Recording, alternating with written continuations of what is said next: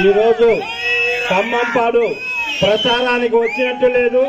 జీవి ఆంజనేయులు అఖండ మెజారిటీతో గెలిచి ప్రమాణ స్వీకారానికి వచ్చినట్టు ఈ రోజు జనాన్ని మొత్తం చూస్తుంటే మనం జీవి ఆంజనేయులు గారిని అత్యంత మెజారిటీతో గెలిపించుకోవాలి. ఈ ఖమ్మంపాడులో వైసీపీ పూర్తిగా తుడుచుకొని పెట్టుకోపోయినా చేసిన జనసేన టీడీపీ కార్యకర్తలందరికీ నా శుభాకాంక్షలు తెలుపుకుంటూ అధ్యక్షుడు 2014లో టీడీపీ బీజేపీకి సపోర్ట్ చేసిన రోజున నాతో పాటు ఉన్న కొన్ని ఊర్లో ఈ ఖమ్మంపాడు ఒకటి. ఆ రోజున మేము ర్యాలీ చేశాము. కానీ ఈ రోజున ఖమ్మంపాడిని శాసించే స్థాయికి జనసేన పోయినందుకు అందరికీ నా ప్రత్యేక అభినందనలు తెలుపుకుంటూ జీవి ఆంజనేయులు గారిని దరిదాపు 40,000 మెజార్టీతో మనం గెలిపించుకోవాలా.